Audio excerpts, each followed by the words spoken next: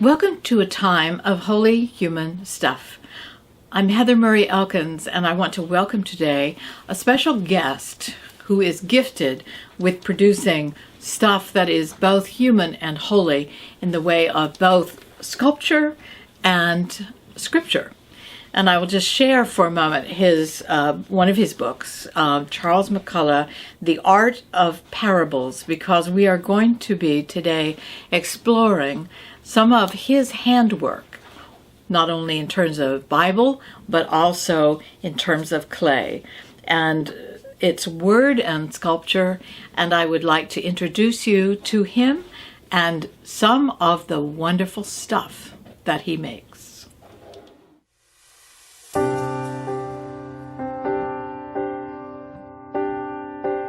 Charles, thank you for joining us today to talk about holy human stuff. And I want to ask you a question about origins. How did the sculpture that we are going to see today come into being? How did you create it?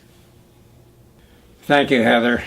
You're one of my favorite people. In fact, you're an angel to me because you believe that theological education is more than words and speech, and it's also images. You can see as well as talk about and read about the gospel. So I am so grateful to you for recognizing that. I was a graduate student here long ago, and I was seeking this degree, and I discovered the good news that is visual as well as written and spoken. Jesus taught with word pictures. Now we don't know if he ever drew anything except when he was writing on the ground. I tend to think that he was drawing a picture, but no one knows. He talked and spoke in visual stories like the prodigal son, the lost sheep, the lost coin, and the mustard seed, and 40 or so parables. And then he had many sayings that are all memorable because they're so visual. You can see what he's saying. Another friend of mine was sitting next to me in a course I was taking, and I had always drawn pictures. In art classes, you get someone to sit still, and you can stare at them. Well, I discovered that I'm sitting in classes, it is okay to stare at a professor. You can't stare at other people at other times. So I would draw pictures. And this friend was watching me draw. And she said, "Charles, you're coming to a class with me in art tonight in downtown Madison." I said, "Well, okay." Well, I took an art class, and while my theological studies and reading books and writing papers, I managed okay, but the art was easy, it was fun, and I enjoyed it. I kept on taking art classes for many, many years. But I didn't actually combine the writing and the artwork until I invited other artists to illustrate some books that I had written. And then I had the courage to include my own drawings or my own sculpture images into some of the books that I had written, such as The Art of the Parables. Well, I didn't know you, Heather, until a conference in Washington, D.C. And we ran into each other, and you invited me to come back to Drew after many years after I had graduated. And I returned to Drew, not as an academic scholar, but as an artist. an artist who had a theological education. And that's when we began this process in which there are now 20 sculptures on the walls in where the Old Testament is taught and in the hallway down here. But we're going to talk about this story from the New Testament. But a little word about that. I was asked to do a sculpture for another seminary in the Midwest, and it was going to be enlarged to life size and placed on the campus of this school. And it wasn't clear what it was going to be about, so I asked one of the professors, the New Testament professors, what I should make a sculpture of, and he suggested that I do one on the people caught in adultery from John, the 8th chapter. And in that chapter, it says that the woman is caught in adultery, even though in Leviticus 20, it says the man and the woman, both are to be stoned if they're caught in this act.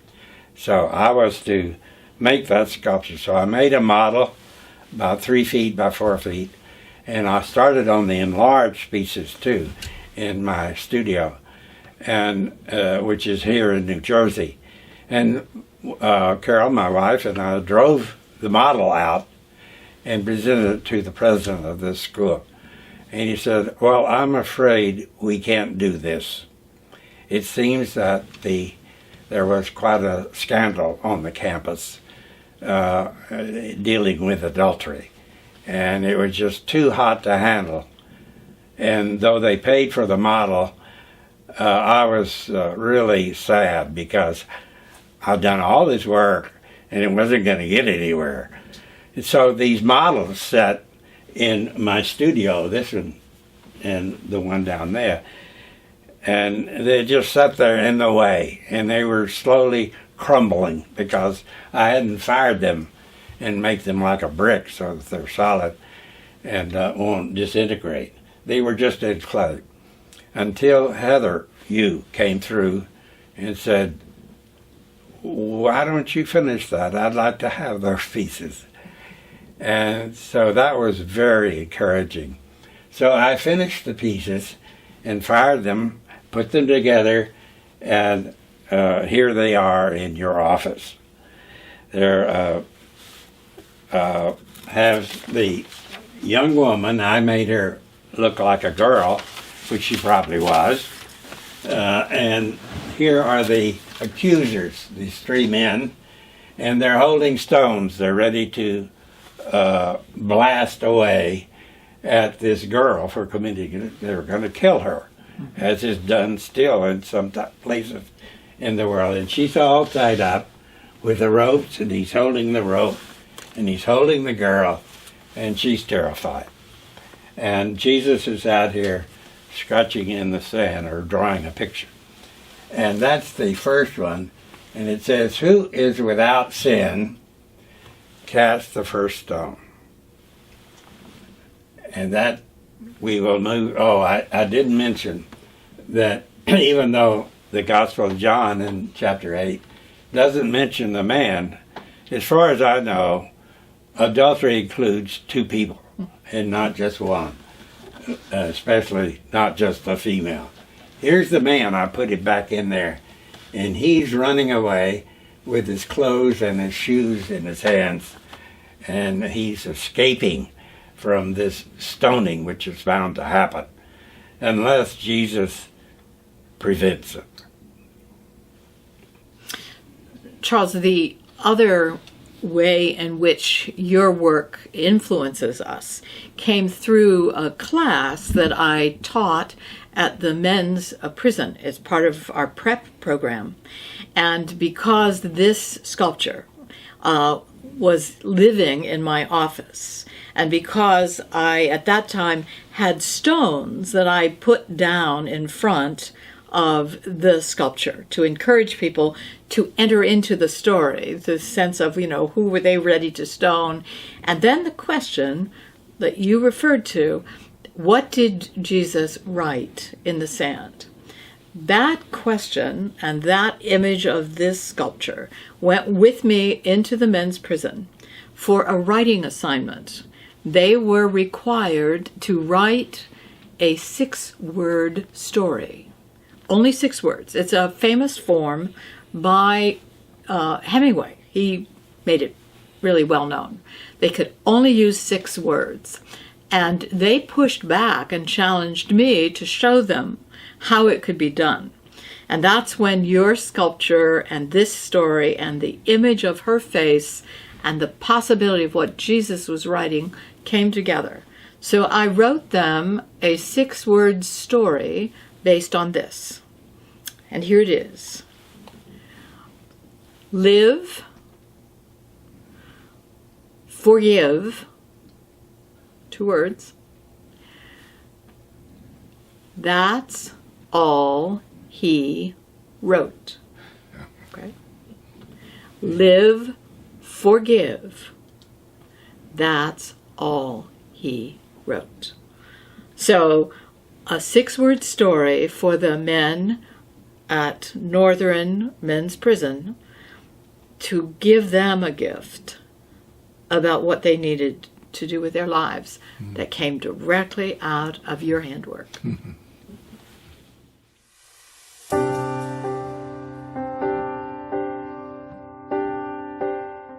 It's very important to get to the end of the story in John. To simply have the accusers and that extraordinary, terrifying, beautiful face of that child haunted me. And I knew that that had to be preserved. But then the next question is, what would it look like when the ropes were taken away, when the forgiveness was given? And how would it be possible to see that? Because that's what we desperately need these days, to be able to see what forgiveness and the possibility of changing your mind, putting down the stone, would look like.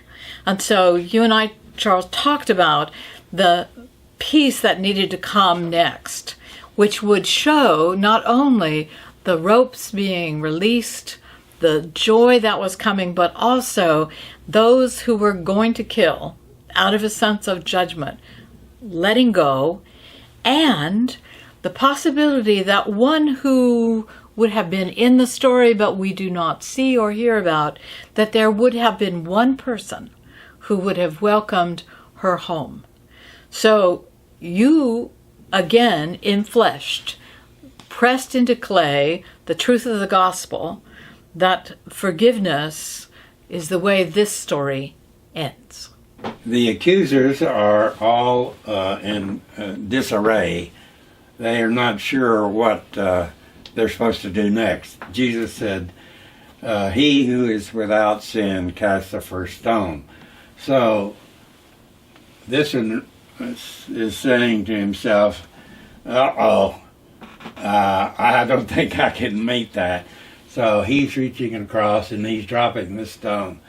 And here he's saying, oh, let me see, I don't think that I would pass the test myself. And this guy is saying, oh boy, I don't want to go through that. So he's holding up the broken rope, and this one's dropping some more of the stones. And here's the girl down here holding her hands up with the rope that has just been removed. And as you said, there's got to be somebody else. I added this to the original, which is in this book. This person is caring for her. She's been through a trauma that's exceedingly difficult. And this woman is saying, you are free now, and I will take care of you. And here we are. The man, of course, is escaping, but I had to include his foot as he's going away from the piece. And here we have Jesus in a brilliant example of his teaching when he said, anyone who's without sin, let you be the one to cast the first stone. And so she's free because we all sin. and falls short of the glory of God. When I saw this wonderful sculpture and the foot of the other guilty party still in the picture, I asked you if you would consider removing it. I wanted the guy out of the picture. And you insisted that the foot had to remain. And the reason you told me that the foot of that other guilty party had to be there was, this is what you said, because the only thing he's escaping is forgiveness. And you wanted at least one small glimpse, I think, of the possibility that in fact all have sinned and fallen short, but forgiveness is possible even for one who tries running away from it. Well, I had to keep the foot in there because, as the Leviticus says, it's a man and a woman that are involved. And he's there, but he's only a foot. And at least the foot is forgiven. The rest, they're dropping their stones. The rope is untied and is loose. And the girl had, in the original piece, she was laughing and having a joyous time. But I was told that she's probably still traumatized by all this. And so here she is. She's not laughing or smiling. She's holding her hands up, and she's still a little bit worried, but this woman is comforting her, and she feels safe again from the accusers. It was silence, it was music, it was art, it was absurd. He stooped and shouted volumes without saying a single word. The same finger of the strong hand that had written 10 commands, for now was simply scribbling in the sand. The same finger of the strong hand that had written 10 commands.